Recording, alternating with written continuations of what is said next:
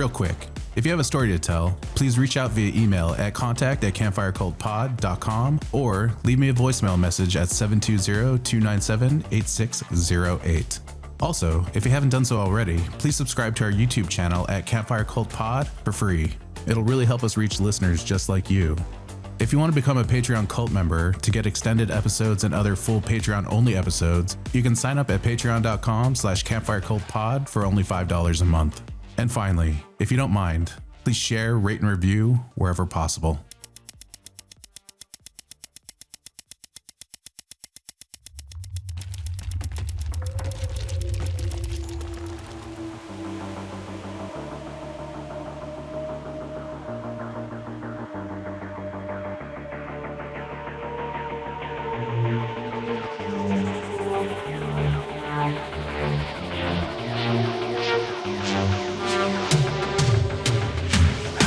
Welcome, dear listener, to the Campfire Cult Podcast. From a camper van deep in the haunted woods, I bring you first-hand accounts of chilling encounters with the paranormal. Step into the night and take a peek into the realm where reality and the supernatural collide. My name is Jazz, and I'll be your host.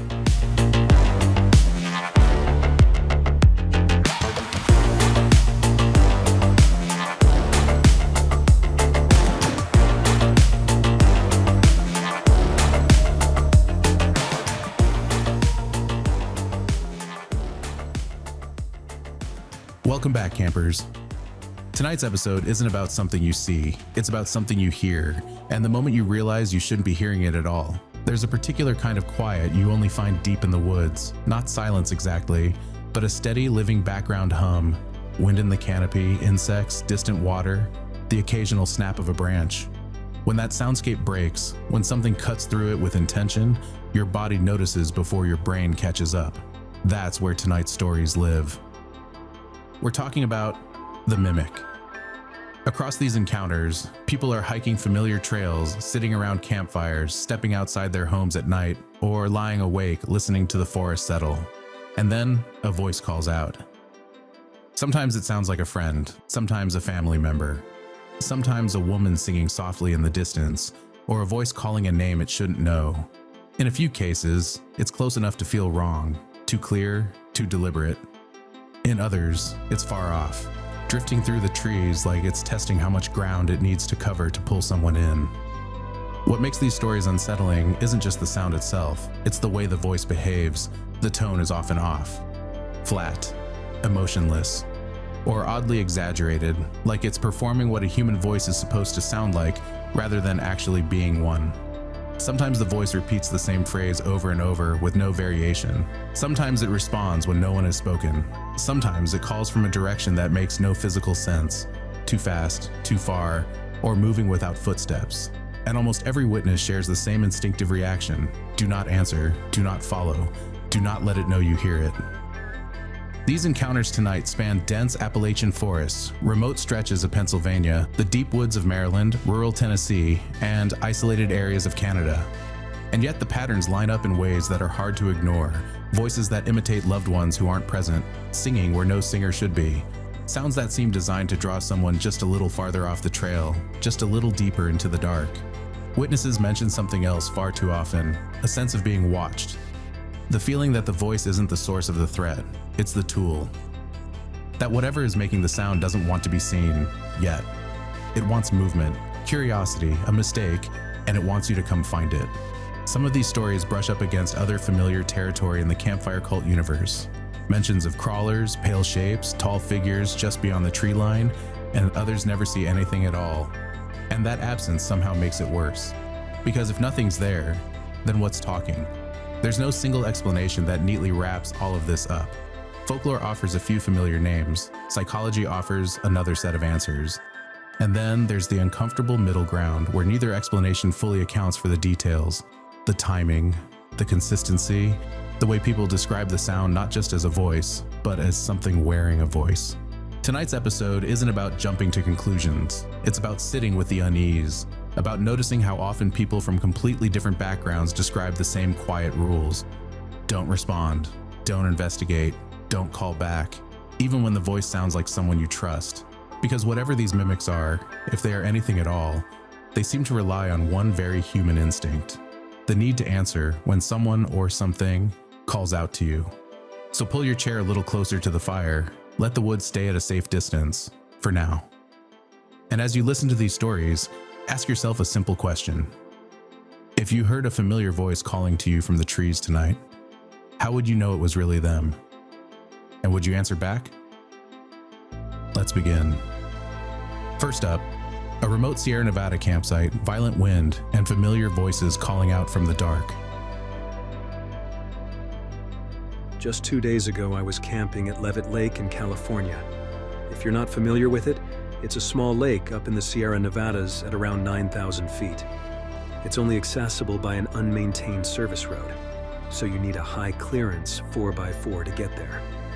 From the trailhead, it's about an hour of off-roading just to reach the lake. And the trailhead itself is about an hour and a half west of Sonora Junction off Highway 108. When you finally get there, the place feels almost like an arena. There's a tall rock wall wrapping around most of the lake, with one open side that looks out over the entire valley. It's extremely secluded. There were 6 of us total: Ethan, Mason, Matt, Brandon, Josh, and me. We had 4 vehicles. Mason, Ethan, Brandon, and I all had rooftop tents. Matt and Josh were in ground tents. We set the camp up with the 4 vehicles surrounding the fire pit, and the 2 tents set up closer toward the middle. We arrived Saturday morning pretty early and made it up to the lake around 11 a.m. We unpacked, set up camp, ate lunch, and sat around joking for a while. It was already pretty windy, and we were talking about how cold the night might get.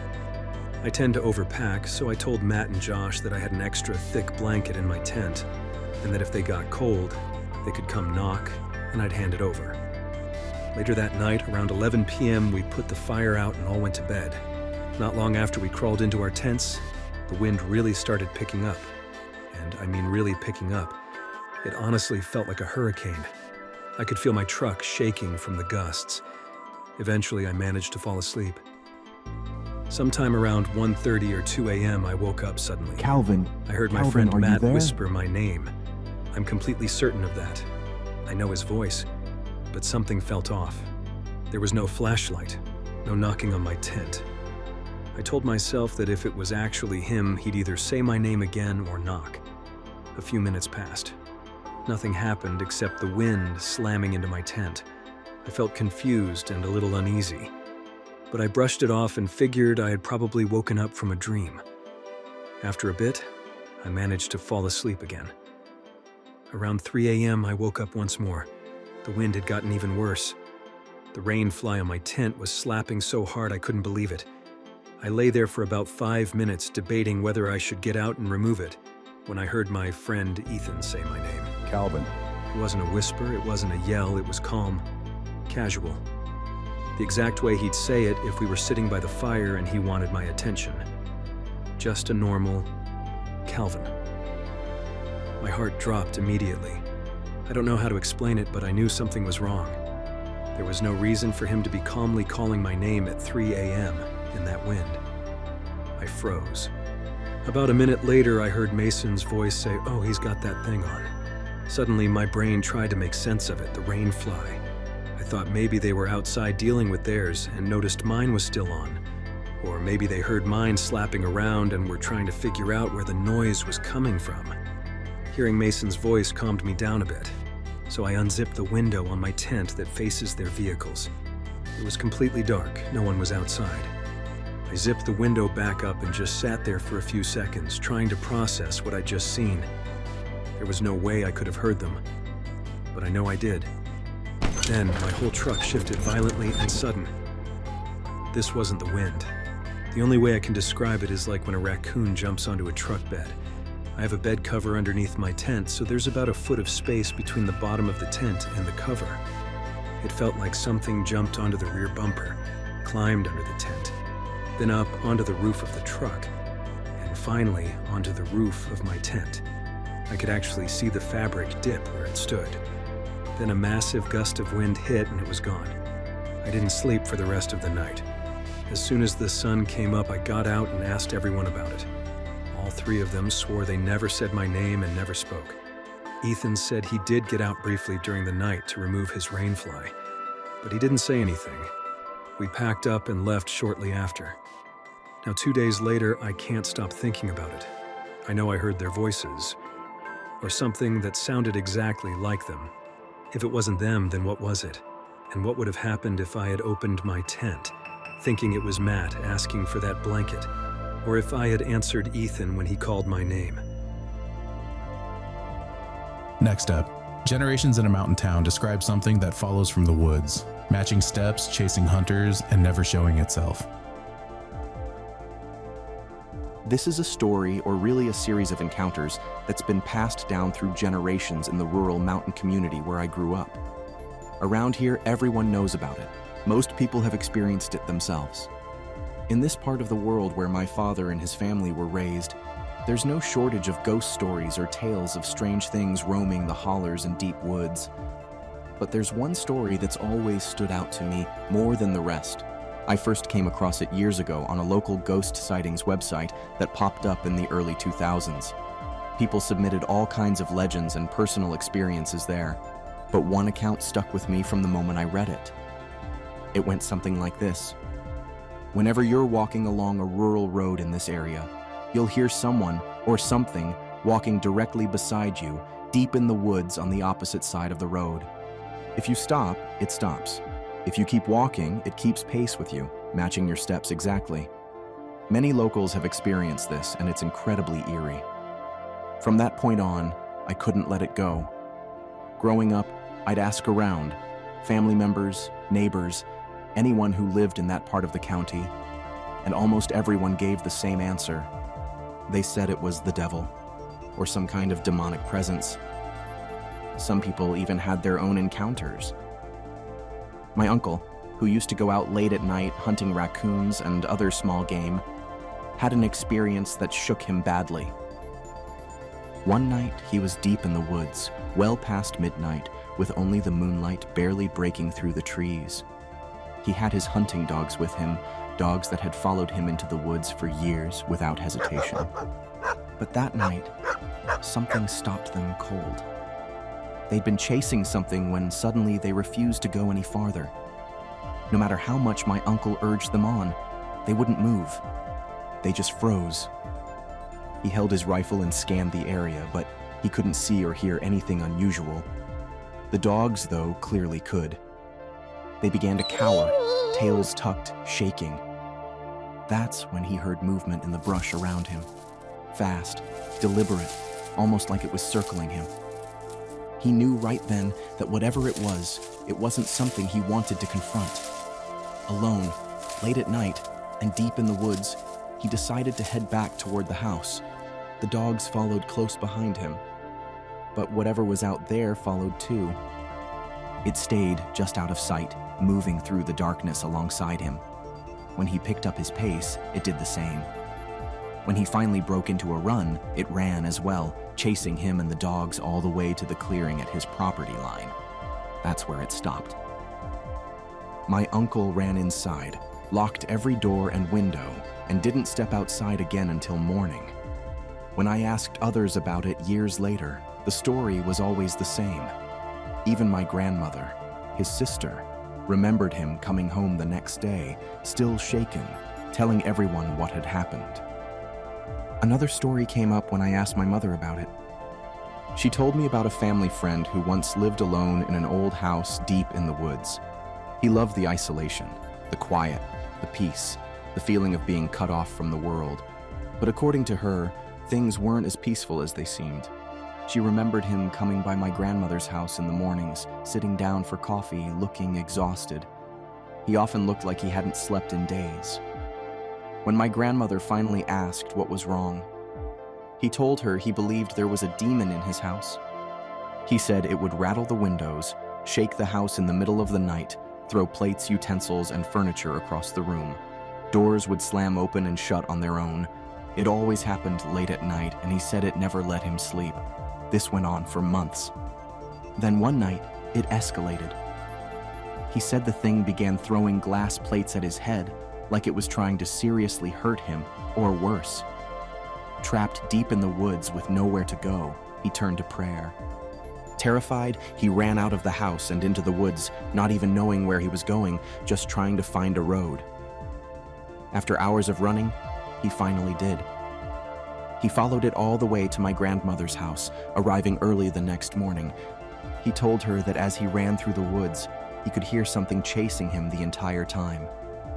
And even once he reached the road, he could still hear it moving through the trees, keeping pace with him from the darkness. Not all mimics are voices coming from the dark places and out of sight. Sometimes they pace you, follow and stalk you, step for step. Coming up, a familiar hike turns unsettling when a calm voice calls for help and then warns to turn back.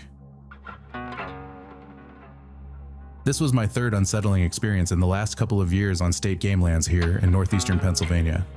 A few days ago, I was out hiking with my 2 dogs on some familiar trails. Part of the hike runs alongside power lines. I know this area well. I grew up on the other side of them, but I've since moved, and this time I came in from a different route than I usually would have back then. Most of the hike felt normal until I took an old quad trail that's pretty overgrown now. I know the trail. It eventually leads down to a very old quarry, maybe about 2 miles out. As we were walking, my dogs stayed behind me, which is unusual for them. They were still wandering off the trail and exploring, so I didn't feel alarmed at first, just a little aware of it. Eventually, we crested the trail and came into a decent-sized clearing. That's when I heard it. A low voice, clear as day, saying, "Help." I didn't stop. I slowed my pace, kept moving forward, and scanned the area. My dogs were right near me, quiet, not alerting, almost trying to make themselves invisible. That's when I knew it was time to turn around. As I turned, the same low voice spoke again and said, "Turn back." At that point, I was terrified, and so were my dogs. We got out of there as fast as we could and headed straight home. If it had been a person, my dogs would have reacted. They always do. Based on what I've experienced before, I don't think this was human. I believe it was the same mimic I've encountered in the past, and for what it's worth, this was the first time I'd hiked those woods in over a year. Up next, a solo camping trip in rural North Carolina takes a terrifying turn when a woman's voice begins singing near the creek, heard clearly with no source in sight. I've been getting more comfortable camping on my own as a solo female, and for the most part, I feel at home in the woods. This trip felt especially meaningful because it was my first time solo camping in the area I'm from. It's a pretty rugged, remote part of western North Carolina. I was camped just off a gravel road right next to a creek. After dinner by the fire, I crawled into my tent as the early spring air started to cool down. I was settling in, trying to get comfortable and drift off, when I heard something I can only describe as a woman singing. I'm generally a skeptic, and I know how easily your ears can play tricks on you, especially with steady background noise like running water. I've had moments before where my brain filled in sounds that weren't really there, so at first I tried to brush it off. But this was different. It had range. It wasn't steady or repetitive. It sounded like an actual tune. That's when I froze. I held my breath and just listened. The singing would stop, then start again. I won't lie. I was scared.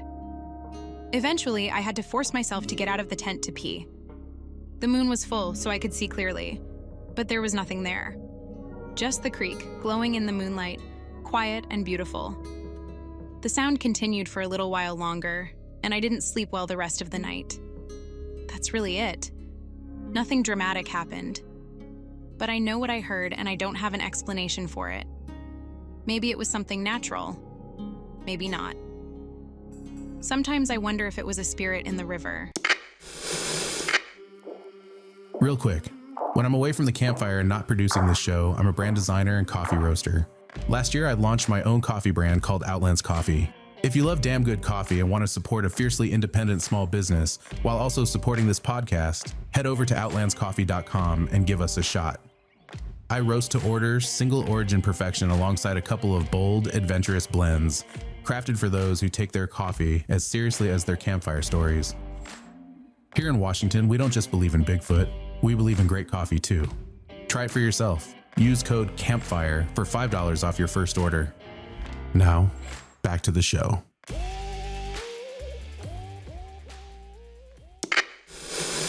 Coming up, we have another account of singing in the woods. When a quiet night along the Potomac turns strange, when an unseen woman's voice drifts through the woods near a remote Maryland campsite. Many years ago, my nephew and I went on a camping and fishing trip near Cumberland, Maryland. We stayed at a state campground along the Potomac River. The campsites were pretty spread out, and there weren't many people there at the time. We drove all the way to the end of the campground and took the last campsite, far from anyone else. We set up camp and everything felt normal. It was quiet, just the usual sounds you hear in the woods. Later that night, around 10 or 11, we started hearing what sounded like a woman singing somewhere in the forest. It wasn't a song I recognized, more like a melody without words. I heard it, my nephew heard it, and my dog definitely heard it. My dog had been lying by the fire. When the sound started, he jumped up and stared straight into the woods. I looked at my nephew, and he looked visibly unsettled. I asked him if he heard the woman singing. He said, "I don't hear anything, and I'm going to bed." That was pretty hard to believe because he was only about 10 feet away from me, and the sound was fairly loud. It seemed like it was coming from one direction, but at the same time, it didn't feel like it had a clear source. It sounded close, maybe 20 or 30 feet away. It wasn't scary or threatening, but it was definitely unsettling. I suggested we walk around and see what it was, but my nephew wasn't interested at all. After a few minutes, the singing stopped. I'm confident there wasn't anyone hiding in the woods. I've camped with my dog for years, and he's always been quick to react to people or animals nearby. He would have barked or growled if someone had been there. Instead, he just stood still and stared into the trees, the same way I did. Later on, I tried looking online to see if anyone else had reported something similar in that area, but I didn't find much. I eventually checked a map and realized the campground was in Green Ridge State Forest. I believe we were at campsite number 66 at the end of a dirt road near the river. It was a strange experience, and one I still think about from time to time. Next, a quiet bear hunt in rural Pennsylvania takes a turn when a hunter hears his name called from deep in the woods. I was hunting black bear one day back in the early 2000s in northern Clinton County, Pennsylvania. My ex-brother-in-law and I hunted that area often and had spent many seasons scouting and hunting those woods together. That part of the county is made up of long hollows, steep inclines, and rough, hard-to-access trails. We like to split up and hunt different terrain. I usually dropped down into the hollows while he worked the ridge lines, hoping anything I pushed might come up toward him. We carried fairly heavy-duty two-way radios, so we could keep a general sense of where the other was, though the terrain often made reception spotty at best. That day was a typical bear season day. It was a Wednesday, the third and final day of the season back then. The woods were quiet.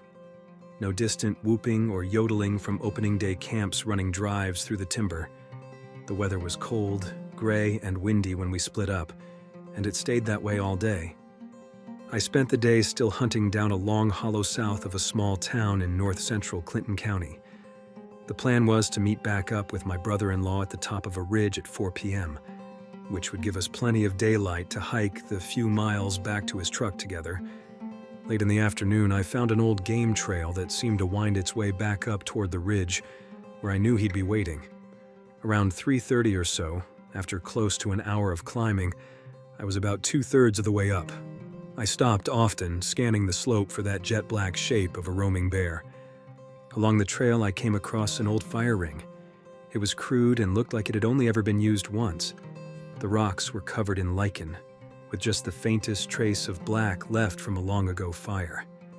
It struck me as strange, especially given how steep the slope was, but the ring sat on a small, somewhat level ledge. I figured I'd sit there, eat the rest of the food I had packed, and stay still for a bit in case a bear showed itself before daylight ran out. From the moment I sat down, the place felt off, unwelcoming, like I didn't belong there. Almost as if I'd wandered into someone else's spot, somewhere I wasn't meant to be.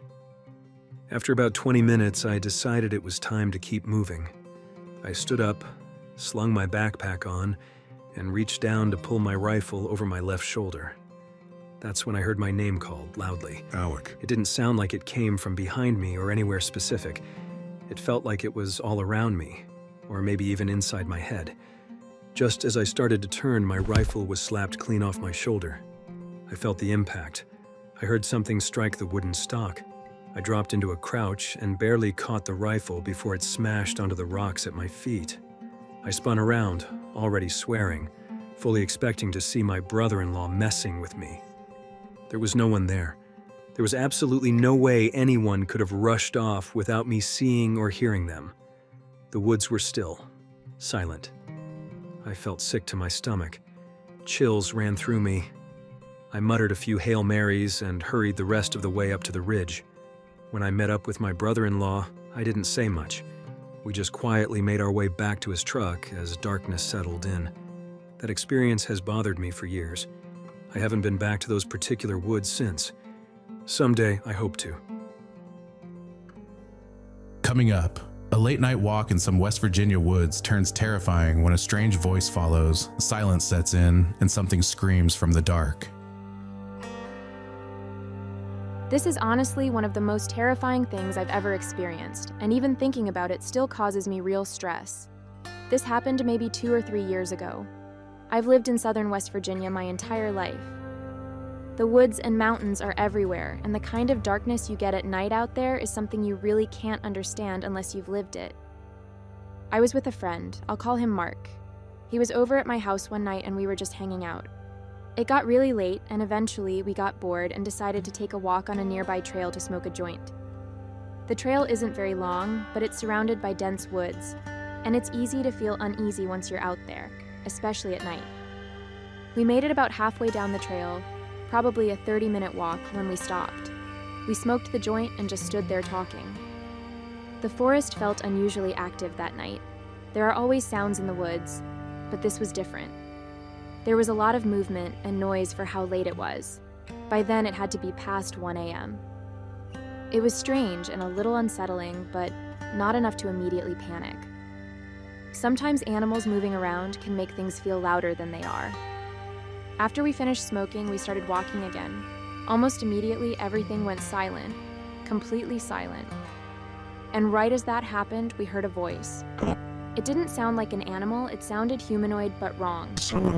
Shaky and uncertain, almost like an old children's toy with a crackly speaker and a robotic voice. The second we heard it, we both took off running in the opposite direction down the trail. What terrified me most was that the sound didn't fade. It didn't get closer either, but no matter how far we ran, it stayed the same volume, repeating over and over without stopping. At that point, I was convinced we were in real danger. That's a feeling I've only had a few times in my life. We sprinted for what felt like forever, until we finally reached the end of the trail. We were gasping for air, nearly in tears from how scared we were. About 5 minutes after exiting the trail, we heard it. A scream, violent, bone-shaking, and absolutely horrifying, came from directly behind us. I know what mountain lions sound like. This wasn't an animal. It wasn't someone messing around or watching a movie. The scream sent birds exploding out of the trees and made my stomach drop. It was the most depraved, hateful sound I've ever heard. This is a true story that I've only told maybe 3 people, and every time it gets brushed off. I've never been someone who pushes paranormal beliefs, but I genuinely believe we encountered something inhuman in those woods. I know people will wonder what the voice was saying or ask for more details about the area or what happened afterward. Honestly, I can't remember what the voice was saying, if it was saying anything at all. Even at the time, I don't think it was fully intelligible. Now, years later, I've blocked most of it out. All I remember is the pitch shifting, the shakiness, and the way the sounds seemed to blur together. After that final scream, we ran straight to the car. It was only about 5 minutes from the trail, and we covered that distance fast. Neither of us said a word until we were safely inside. Up next, a quiet stop in Alberta's Spray Valley turns unsettling when something unseen answers back from the woods. Late last year, I moved out west to Alberta to take a government job in the Rocky Mountains, working for a national park. The work is hands-on and, in some ways, similar to being a bylaw officer. That matters because I spend a lot of time with my boots on the ground, literally getting paid to drive back and forth over the Continental Divide. At this point, I know the park and the surrounding area like the back of my hand.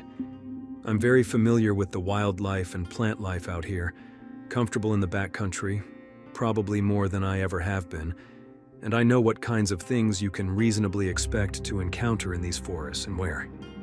This happened on a beautiful, sunny day in mid-June. Spring had finally arrived, and the weather was turning. It was about 15 degrees, around 60 Fahrenheit. I had an unexpected day off. My girlfriend had a half day at work, and I suggested picking her up and driving out to an area called the Spray Valley. I wasn't in the mood for a big hike, but I'd read about a viewpoint along Highway 742 that offered a clear view of Mount Assiniboine, one of the most prominent peaks in that part of the Rockies. It sounded like a good excuse to get out for a few hours.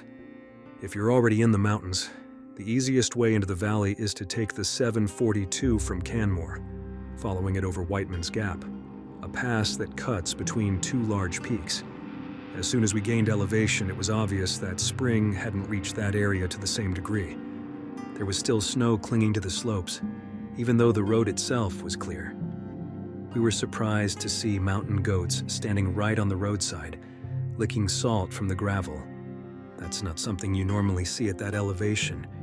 Goats usually stay high up in the subalpine and alpine zones where there are no roads at all.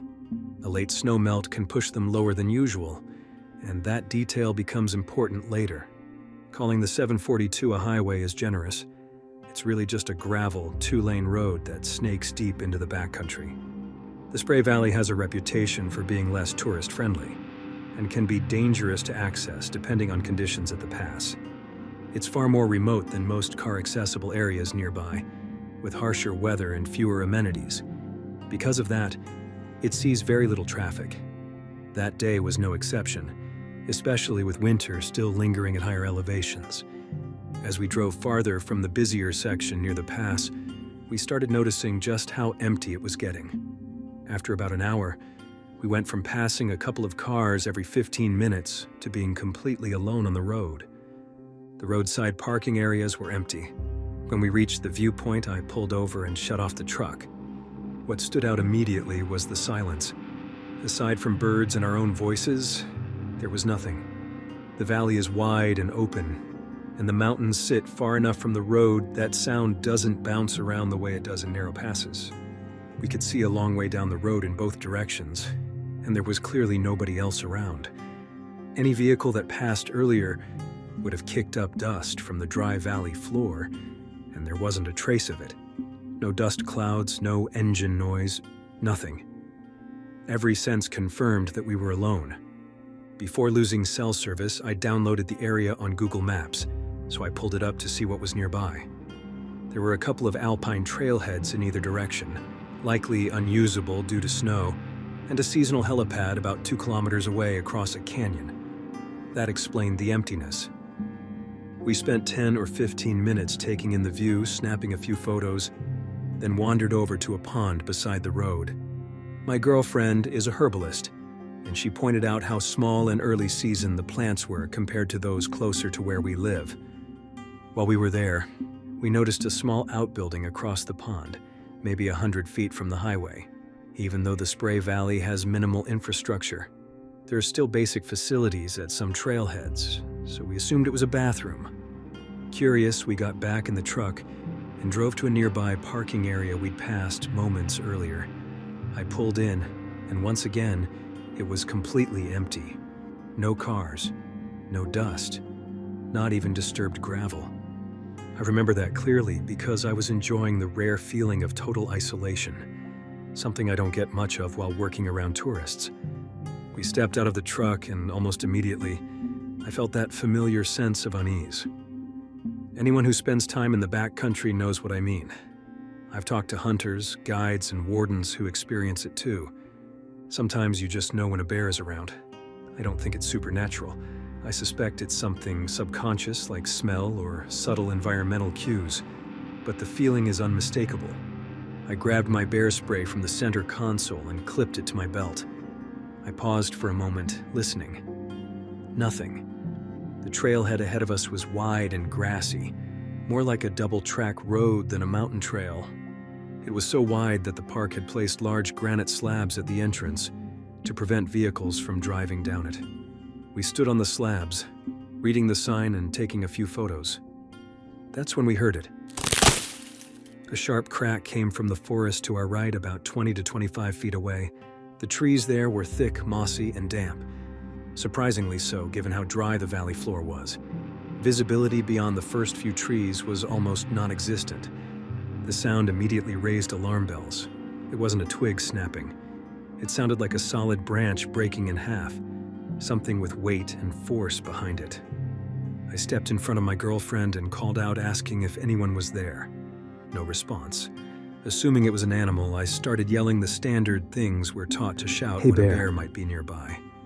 Then I clapped my hands 5 times in quick succession. About 7 seconds later, something in the forest clapped back, twice. I have large hands, thick palms, and they make a distinctive sound when I clap. Whatever answered us sounded uncannily similar. The valley was too wide for an echo, and what we heard didn't have the hollow decay of one anyway. It was clean, immediate, real. It took me about 2 seconds to decide we were leaving. I half dragged, half carried my girlfriend back to the truck. We stood with our backs against it for a moment, staring into the trees, trying to see or hear anything else. I yelled something, I don't remember what, just to make it clear we weren't welcome to any further interaction. Then we got in, and I drove off fast. My girlfriend was shaken. I was too. The rest of the drive back toward the pass felt wrong, like we were being watched. Even though it was warm and sunny, the atmosphere felt hostile. We stopped briefly at a picnic area near the spray lakes, hoping to reset, but I couldn't relax. I stayed on edge the entire time. We still talk about it often. Everyone I've told who has serious backcountry experience is just as puzzled as we are. And a few friends with an interest in the paranormal have pointed out that both crawler-type entities and Sasquatch are often said to mimic human sounds. I don't know what answered us that day, but I know it wasn't an echo. Next, a park ranger shares unsettling encounters from a cave system, voices, mimicry, and moments that never quite added up. I worked as a park ranger in the southern U.S. The park was known for its caverns and natural springs, which made it a popular spot for fishing. I started out as a tour guide and groundskeeper, which meant leading cave tours, maintaining trails, and helping visitors find their way around. The strange stuff started in October. During routine maintenance of the cave lighting system, I'd get this strong feeling that I was being watched. Every so often, I'd hear what sounded like feet slapping against the wet cave floor. Changing light bulbs down there was never something I looked forward to. There was also something that happened fairly often when closing up the museum and gift shop at night. You'd hear voices. Sometimes it sounded like guests who hadn't realized the park was closing, which I could explain away. But one night, I distinctly heard someone talking on the second floor of the museum. Annoyed, I went upstairs to let them know it was time to head back to the campgrounds. But the moment I reached the top of the stairs, everything went silent. It was pitch black. I walked through the museum toward the balcony area, and just as I stepped outside, I heard something crash through the trees and tear off into the underbrush. It could have been a raccoon or something like that, but it didn't sit right. While walking the trails between base camp, ranger huts, and rest points, I'd sometimes hear the strange meow. It sounded wrong because it matched the exact noise made by a cheap motion sensor we had at my ranger station. It was a weird alarm meant to scare off thieves during park hours. The odd part was hearing that sound deep in the tree line, sometimes miles away from my station. No other stations had that sensor. It was a running joke among the rangers how bad it was. What really bothered me was that the sound seemed to move, circling around you as you hiked. Things got worse during the rainy season. When the caves flooded, it felt like whatever lived deeper inside was being pushed closer to the tourist areas. I'd hear other rangers' voices coming from sections of the caves that were completely closed off due to flooding. Areas that were inaccessible, submerged under 10 feet of water. One time, while leading a tour, I heard a close friend of mine call out, "Hey, would you mind coming over here and helping me?" The voice came from a sealed-off area, dark, half-flooded, and clearly off-limits. The people on the tour noticed it too. I could see the color drain from their faces. We had already explained that those areas were inaccessible. Against my better judgment, I left the group. I turned the lights up as bright as they would go and decided I could deal with wet pants if I had to. I stepped inside and swept my flashlight around. That room was enormous, the largest chamber in the tour caves. Then I heard a single splash. That was enough. The water was dark and cold, and the beam from my cheap mag light disappeared into the darkness. I turned around immediately. I rushed through the rest of the tour, got back to the surface, and went straight to the ranger station to ask where my coworker was. The receptionist told me casually that he had clocked out over an hour earlier, before my tour had even started.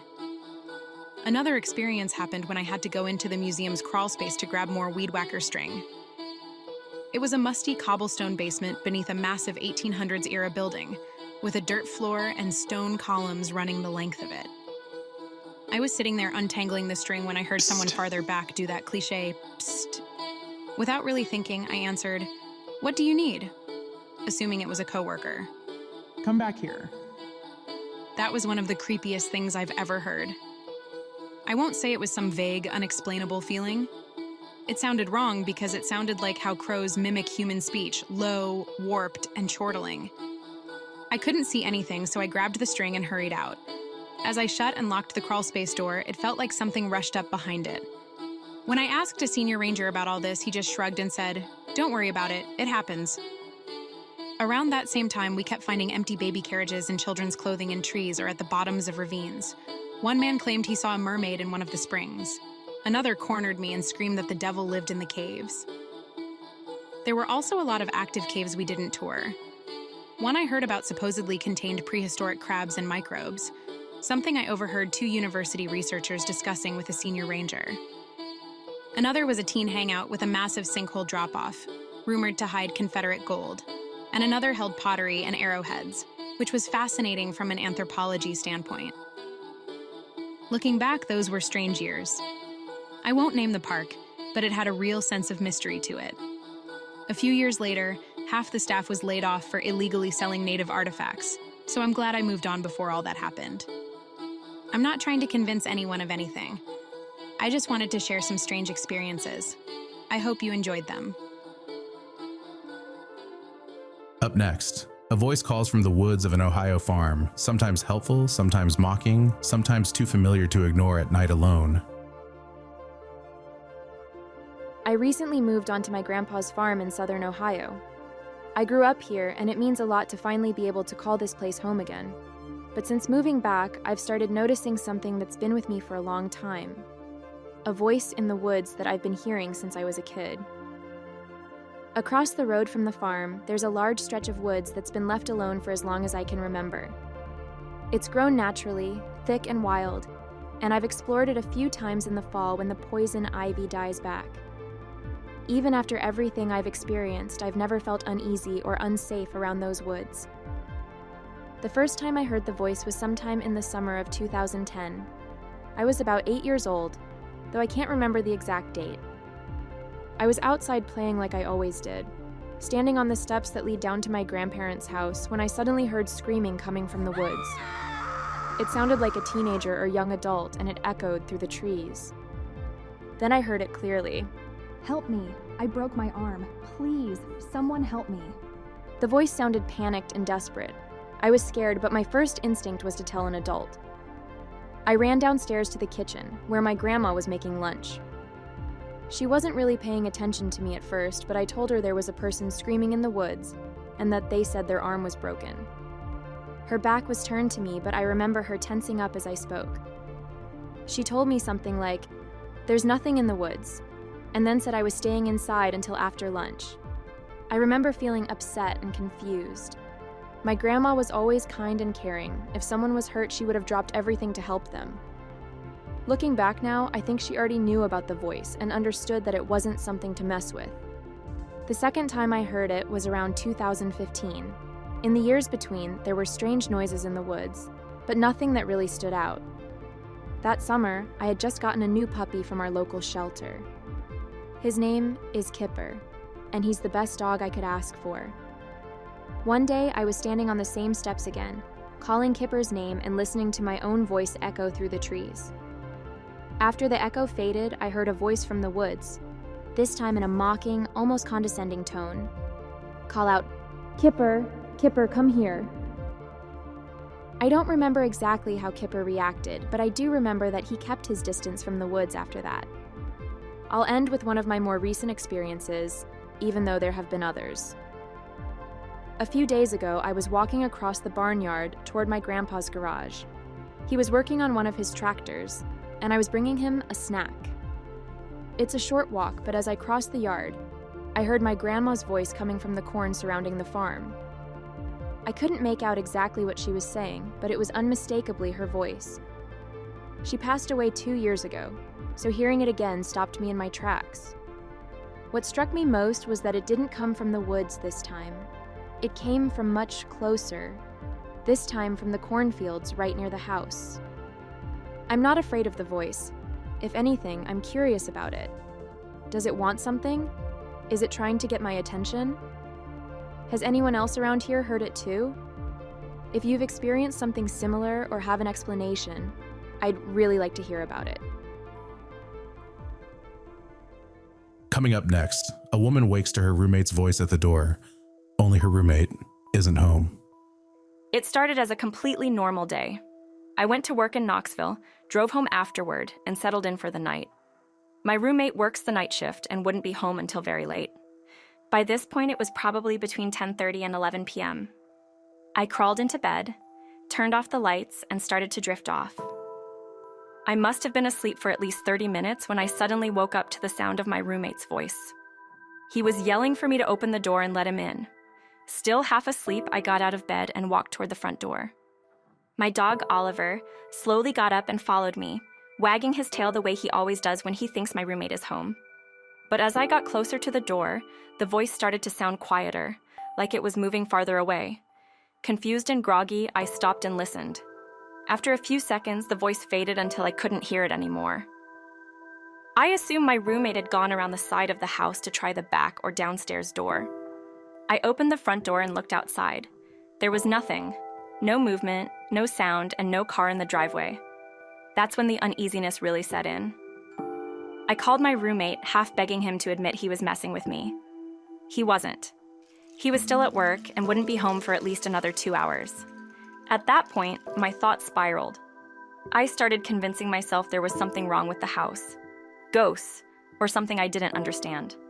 Every little noise made me jump. Strangely, the only time I felt calm was when I stepped outside. It was quiet out there, and for some reason it felt safer. Looking back, that makes no sense, but that's how it felt in the moment. At one point, Oliver suddenly started growling and barking, staring at a door in the kitchen that leads down into our dirt floor basement. That nearly sent me over the edge. What I didn't think about at the time was that the basement door outside is always unlocked. It's an old house, and we never go down there. Not because it's creepy, but because it's dusty and dark. That's about all I remember clearly. Nothing else actually happened. I eventually fell asleep with all the lights on. When my roommate got home, he said he found me asleep in my clothes, with every light still on. He agreed the whole thing was strange, but nothing else happened that night. We live in rural East Tennessee, surrounded by woods on all sides. If you walk down the road in either direction, the trees close in quickly and swallow everything up. We're right at the base of the Smoky Mountains, down in the valley. And ever since that night, I've never been completely sure what I heard, or who it was supposed to be. Next, camping in rural Colorado turns uneasy when something in the woods copies a friend and appears where it shouldn't. I'm not a city person at all. My parents are both farmers, and I've always been happiest outdoors. In my teens, I joined a rock climbing club and met 2 close friends, James and Grant. We'd talked for years about going to Colorado. It was always the main goal. Forests, mountains, that kind of thing. In 2012, we finally made it happen. We saved for about a year. then booked the trip. We flew into Denver and eventually traveled south, passing through Colorado Springs, then down to Walsenburg. From there, we headed west and ended up in a very small town after about 4 or 5 hours of driving, somewhere near the New Mexico border. We'd met a group of like-minded explorers in Denver who invited us along on a road trip and camping trip. There were 5 of them: Chris, another James, Richard, Melissa, and Lucy, and the 3 of us. The first 2 nights were great. Chris and Richard were hunters and had brought rifles along. They showed us a bit about shooting and safety. On the 3rd night, all 8 of us went for a walk through the forest, just exploring and taking in the scenery. After a while, Lucy and Melissa decided to head back to the cabin to start dinner, and Richard went with them. That left Chris, both James's, Grant, and me to keep walking. At one point up ahead on the trail, I noticed what I thought was a deer and pointed it out to Chris. By the time everyone looked, it was gone. I figured I'd made too much noise and scared it off. A few minutes later, though, I saw it again, and this time, it felt wrong. It was darker than a deer, with thicker fur, and it didn't move smoothly. It almost looked like a man on all 4s. I was so focused on watching it that I didn't notice the smell until Grant mentioned it. It was overwhelming, like death and blood, warm and metallic. I asked Chris if there was some kind of factory nearby, but he said there was nothing like that for miles. The smell was stomach-turning, and that's saying something. I grew up on a farm. We decided to turn back toward the cabin. About 10 minutes later, I saw what looked like the same animal again, off to the right. This time, I swear it stood up on its hind legs. I called out to Chris and told everyone to look. James laughed and said it looked like a guy. Grant suggested it might be another group of hikers.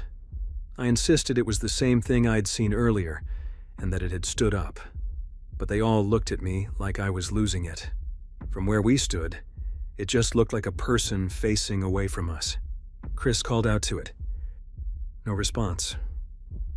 He called again, then all of us shouted, "Are you okay over there?" After a moment, we heard a reply. It's Richard.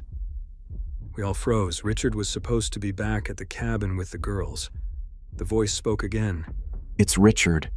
And it sounded exactly like him. Chris told him to stop messing around, and we kept walking. I glanced back no more than 5 or 10 seconds later, and the figure was gone. There wasn't enough time for someone to disappear like that without us seeing them move.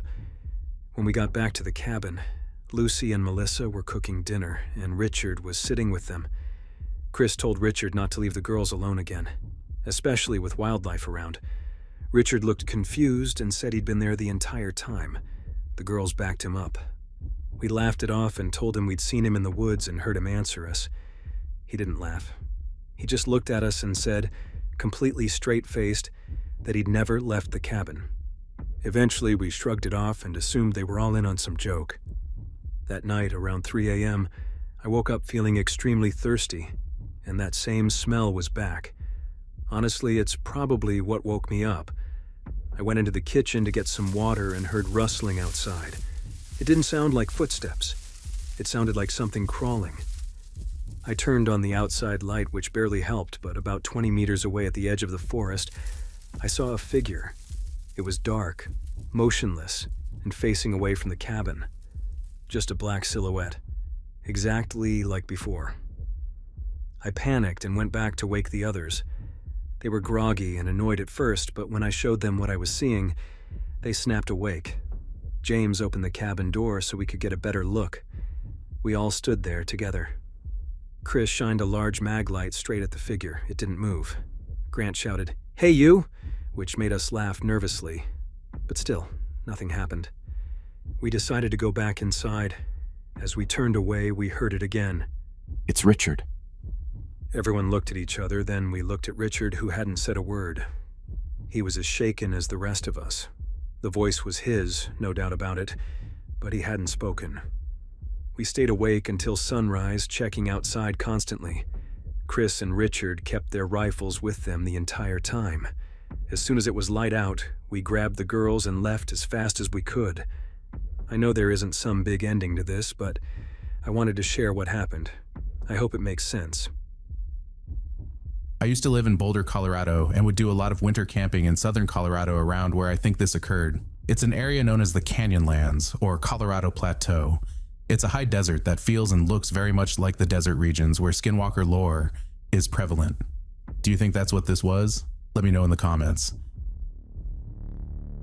For our final story of the evening, unless you are a Patreon cult member, we have an encounter of strange sounds, mimicked voices, and antlers in the dark.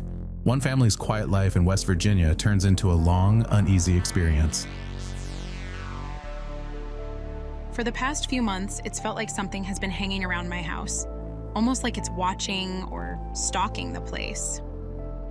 The strange stuff started not long after we cleared out part of the wooded area behind the house. At first, I didn't think much of it. There were odd noises, and the neighbor's dog kept reacting to something in the woods. But we have coyotes around here, so that didn't seem unusual. I live in a big family, and we joke about things being supernatural all the time, but no one actually took it seriously. Still, as the weird things kept happening, I started to feel uneasy. When I get nervous, I tend to make bad decisions.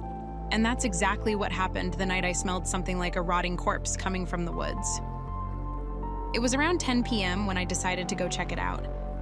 I walked toward the tree line, with nothing but the flashlight on my phone. As I got closer, I heard a twig snap off to my side. I backed up and shined my light in that direction, and I saw two small points reflecting back at me. Eyes. I assumed it was a deer.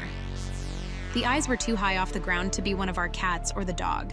I even started talking to it, saying things like, "Hi there," and "It's okay, come here." But as it began moving toward me, my neighbors let their dog out. She ran straight up in front of me and started growling, deep and angry in a way I'd never heard from her before. I ran back inside and checked the camera pointed toward the barn. It didn't catch much, just me standing there and two reflective eyes in the dark. The dog didn't calm down for several minutes, so when I went back outside, I stayed on the porch. I whistled for her and waited. Then I heard my whistle again. At first, I thought it might be an echo, but I heard it a second time. It sounded exactly like what I had just done. Then I heard my own voice say, "It's okay, it's okay, it's okay, it's okay, it's okay," repeating over and over. That's when I panicked. I yelled, "Sadie, home!" and rushed back inside, locking the doors behind me. I went straight to the cameras. All I saw was a deer-like head poking out from the tree line. It had antlers, but they were much larger than anything I'd ever seen around here. I slept in the front room that night with every light on. For a few nights after that, nothing happened, and I started to relax. I stayed sleeping in the front room, but I wasn't watching the windows constantly anymore. Then one night, around 1 or 2 in the morning, I woke up to the sound of scuffing on the wooden deck. I pulled up the camera feed and watched as a black figure climbed onto the 2 chairs beneath the camera. It turned its head and looked directly at the lens, like it wanted me to know it was there. I could see the same strange antlers I'd seen in the woods days earlier. I rolled over and tried to sleep. When I woke up the next morning, I was leaning against the glass door. I chalked that up to stress-related sleepwalking, which I've done before when I'm scared. The next day it snowed, so we put the cats in the garage to keep them warm. That evening, after sunset, I went outside to sit in the hot tub. I had only been there for about 5 minutes when I heard a cat meowing. I got out immediately and went back inside, knowing none of the cats were outside. That night I called my boyfriend at the time and asked him about something he'd once mentioned. He told me that while we were playing hide-and-seek tag in the woods, he felt like something was watching him. When he turned around, he saw a tall humanoid figure partially hidden behind a tree. He said it was taller than he was, with antlers and dirty, pale skin. When I told him what I'd been seeing and hearing, especially how it mimicked my voice, he went quiet. He said he thought he'd heard me calling out to him once, followed the sound, and ended up lost in the woods. Whatever this is, it still comes around. I try not to let myself be scared. Part of me thinks that if it wanted to hurt me, it would have already. But even when I tell myself that, I still feel like I'm being hunted. If anyone has any idea what this could be, I'd appreciate it. I live deep in the woods in West Virginia, in case location matters. That's all for tonight, dear listeners. Unless you're a Patreon cult member, I've got another 20 minutes of mimic encounters waiting to call out to you from the dark. If you want to become a Patreon cult member to get extended episodes and other full Patreon-only episodes, you can sign up at patreon.com/campfirecultpod for only $5 a month. And please remember, if you want to support this podcast and love a damn good cup of coffee, head on over to outlandscoffee.com and use code CAMPFIRE for $5 off your first order and give us a try. Please remember, if you ever hear your name coming from the dark parts of the woods, don't lose your nerve, don't reply, and don't ever follow. Until next time, I'll be leaving you in the dark where whispers linger and shadows dance. Stay weary, sleep well, and beware the whispers in the night.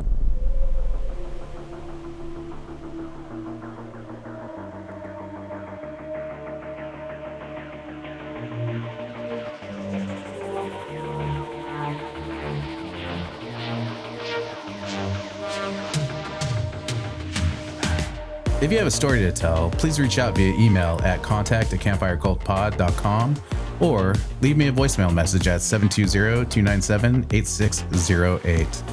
You can follow us anywhere on social media at Campfire Cult Pod and online at campfirecultpod.com.